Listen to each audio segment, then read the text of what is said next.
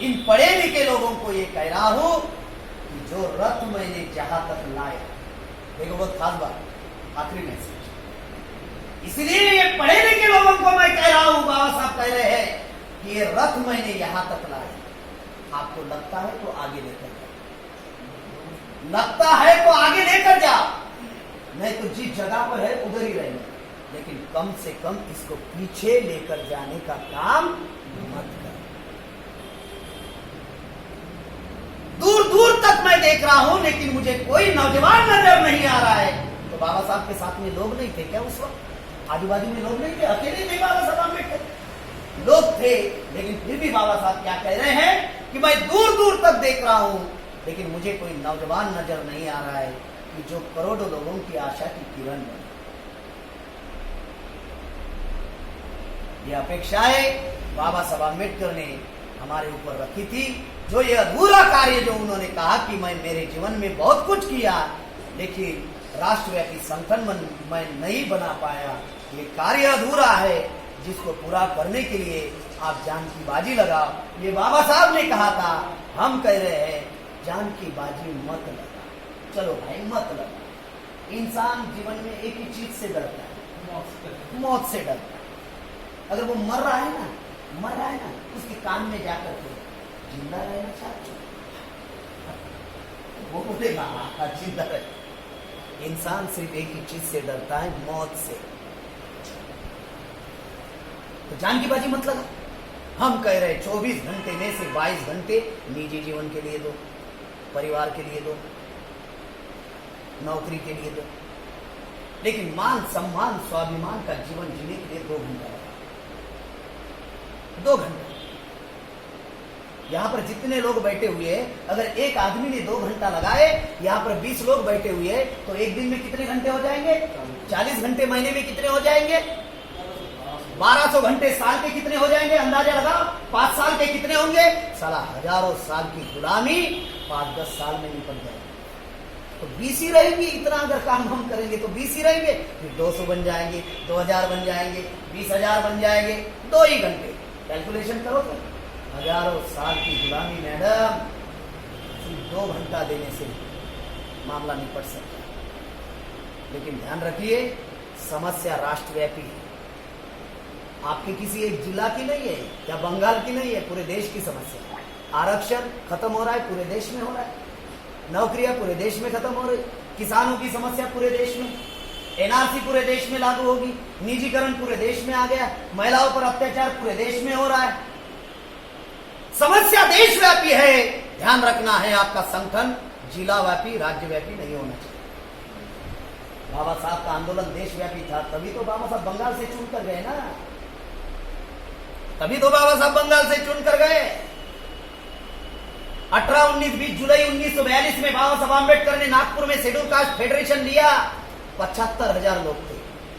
42 में 1942 में 50,000 पुरुष थे, 25,000 महिलाएं थे और 1500 जाति के प्रतिनिधि महाराष्ट्र में आए थे।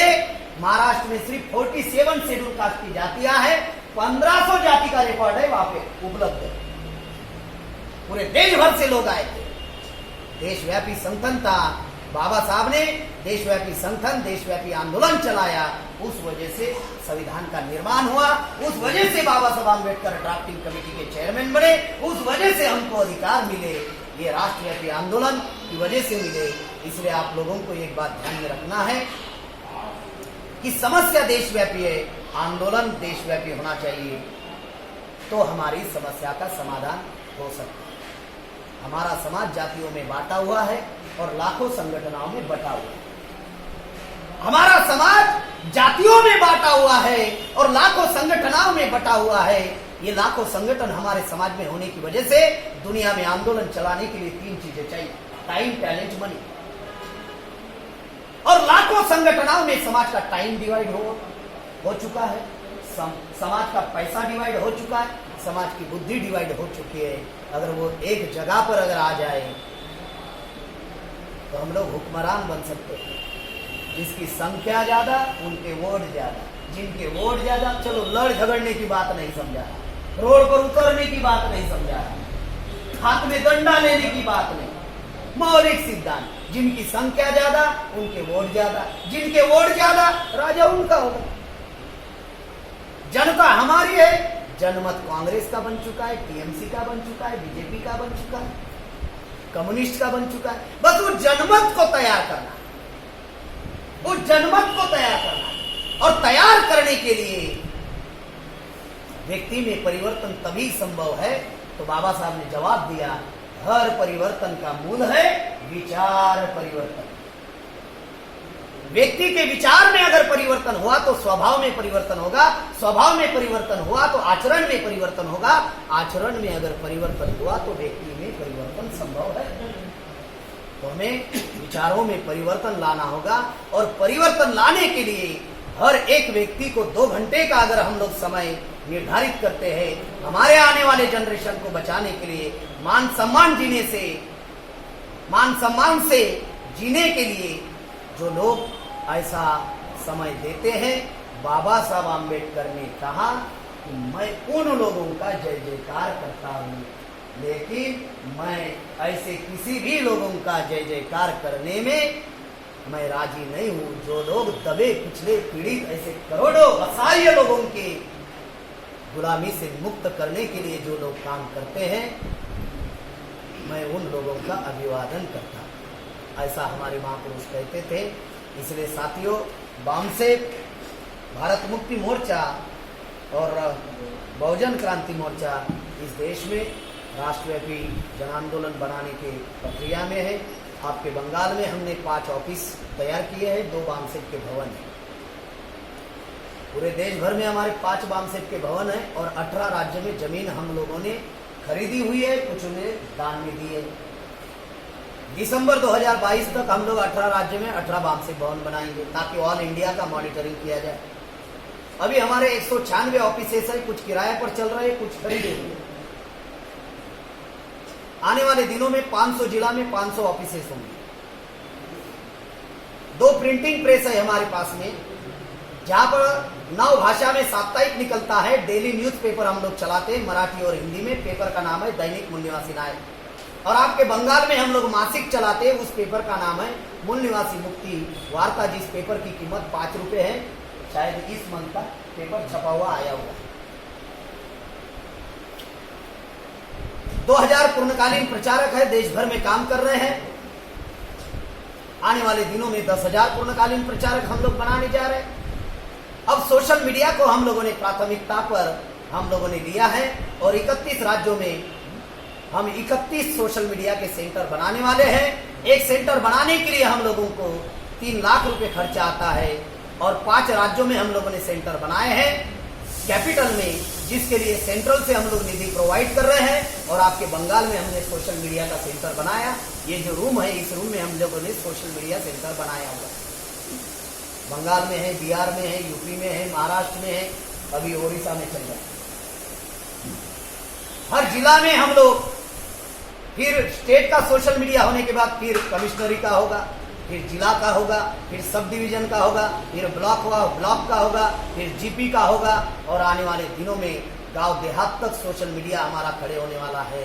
अभी हम लोग हर जिला में सोशल मीडिया चलाने वाले 2 लड़कों को हम लोगों ने स्पॉटिंग किया है।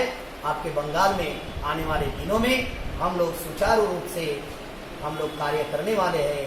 जो मलिकपुर में जो वामसेप भवन है, उस जगह पर आने वाले दिनों में प्रिंटिंग प्रेस आएगी, जहाँ पर बांग्ला में किताबें छापी जाएगी, जहाँ पर बांग्ला में डेली पेपर निकालने का हम लोग प्रयास में हम लोग है।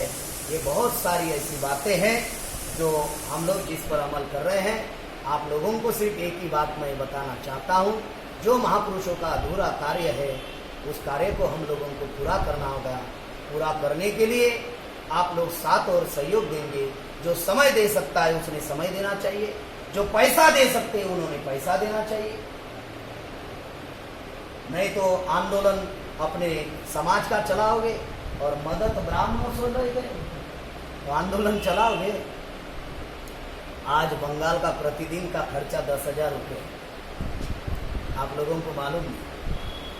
5 ऑफिस, 11 फुल टाइमर, 2 वामसेप के भवन, सोशल मीडिया, 2 4 व्हीलर गाड़ी, 2 2 व्हीलर, प्रतिदिन 10,000 खर्चा है, महीने का कितना होता है? 3 लाख। बंगाल के लोग 3 लाख रुपए खर्चा करते हैं आंदोलन खड़ा करने के लिए। मान लीजिए अगर 341 ब्लॉक में नेटवर्क खड़ा हो जाए तो करोड़ रुपया खर्चा है। तो आपके आंदोलन का बजट आने वाले दिनों में जितना बजट होगा उतनी आंदोलन की तैयारी होगी, उस हिसाब से भी हम लोगों को तैयार रहना होगा। दुश्मन से सहारा लोगे तो दुश्मन इशारा करेगा, इशारा नहीं माना तो सहारा निकाल देगा। इसलिए आत्मनिर्भर, आत्मसम्मानी और स्वाभिमानी आंदोलन चलाने के लिए हम लोगों को टाइम, टैलेंट, मनी इन्वेस्ट करना होगा। ऐसा करेंगे तभी हम महापुरुषों का अधूरा कार्य हम लोग पूरा करने के दिशा में हम लोग पहल कर सकते हैं। आप लोगों ने मेरी बात ध्यान से सुनी, इसलिए सबका आभार, धन्यवाद। जय मूल निवासी, जय भारत।